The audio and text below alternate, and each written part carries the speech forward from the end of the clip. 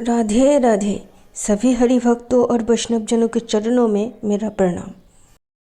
आइए आज हम सभी मीरा चरित्र की आगे की घटनाओं को श्रवण करते हैं।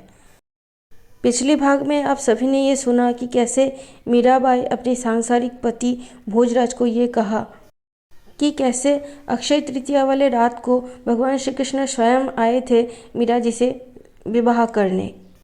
और अगले दिन सुबह जब मीरा जी के परिवार वालों ने ये देखा कि मीरा जी के साड़ी के पल्लू से भगवान श्री कृष्ण का पीताम्बर का गठजोड़ा बंधा हुआ है और मीरा जी के हाथों पर विवाह के हाथ लेवे का चिन्ह है तथा मीरा जी पूरी तरह एक राजस्थानी नवविवाहित वधू की तरह सजी हुई थी।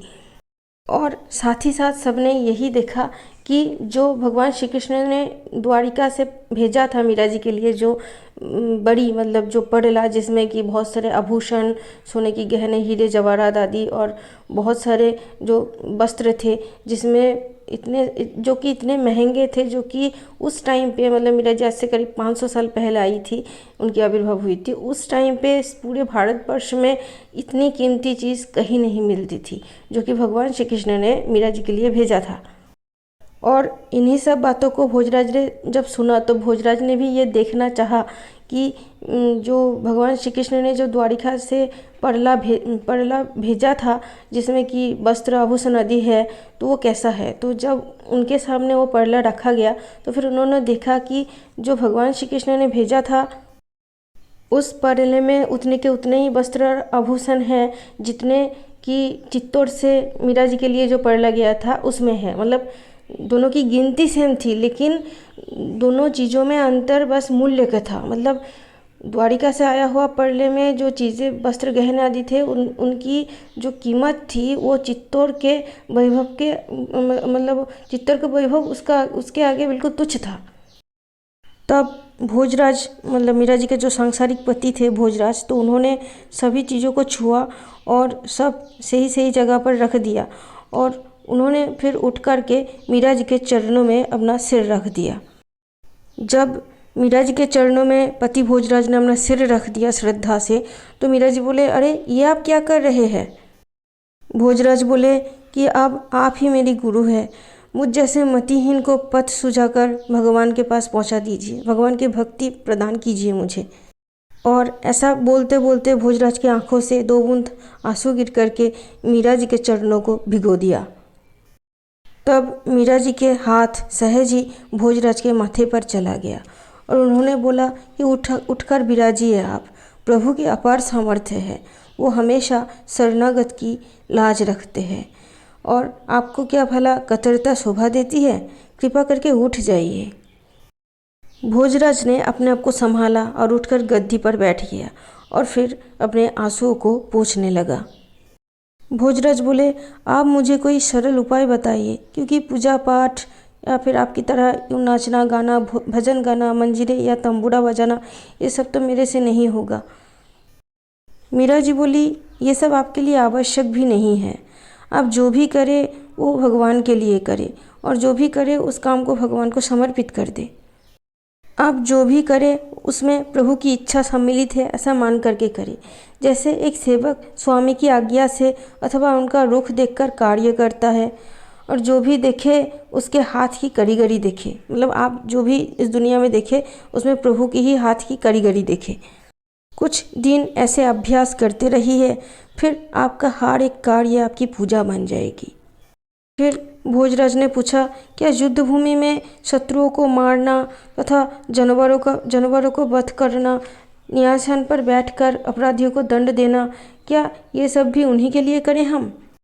मीरा जी बोली, हाँ बिल्कुल, नाटक के पात्र मरने और मारने का अभिनय नहीं करते हैं क्या।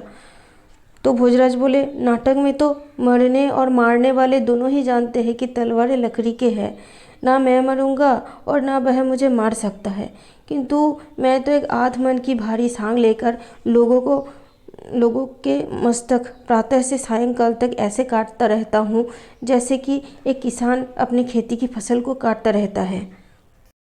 उन लोगों के काटे हुए धड़ से रक्त उबल उबल करके धरती को सींचता रहता है और कभी सोचता हूँ कि एक दिन मेरा रक्त भी मेरी मातृभूमि को ऐसे ही सींचता रहेगा।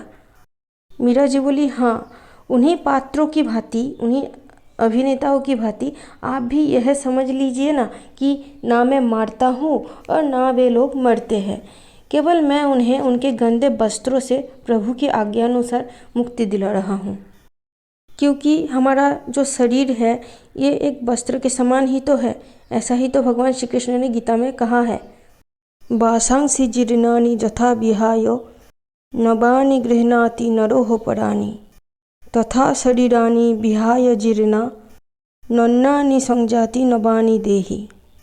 फिर आगे मीरा जी ने भोजराज जी से कहा कि जब इस देह से बहुत सी देहों को भय उपस्थित हो जाता है तो उसे बदलना प्रभु आवश्यक समझते हैं और किसी न किसी को निमित्त बनाकर उस देह रूपी वस्त्रों को फाड़कर नष्ट कर देते हैं और तब भगवद अंश रूपी आत्मा एक नया शरीर धारण करते हैं और शुभ कर्मों के लिए प्रस्तुत हो जाती है।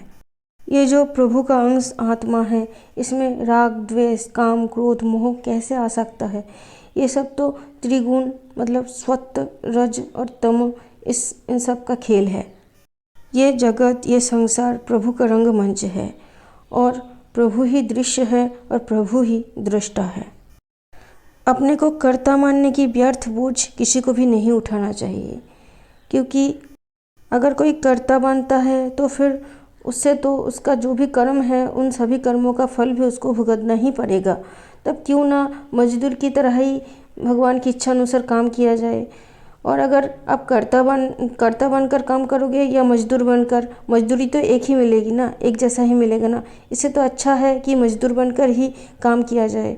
प्रभु मालिक और हम उनके मजदूर, हम उनके दास, तो ऐसे में प्रभु भी खुश रहेंगे और आपकी भक्ति भी आगे बढ़ेगी। पर हाँ, एक बात ज़रूर ध्यान रखने की बात है कि जो पात्रता आपको प्रदान की गई है उनके अनुसार आपके अभिनय में कभी भी कोई कमी ना आए।